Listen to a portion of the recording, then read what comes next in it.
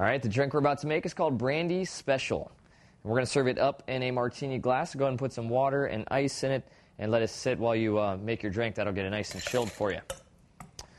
Okay, measure out 2 ounces of brandy. There's 1 and 2.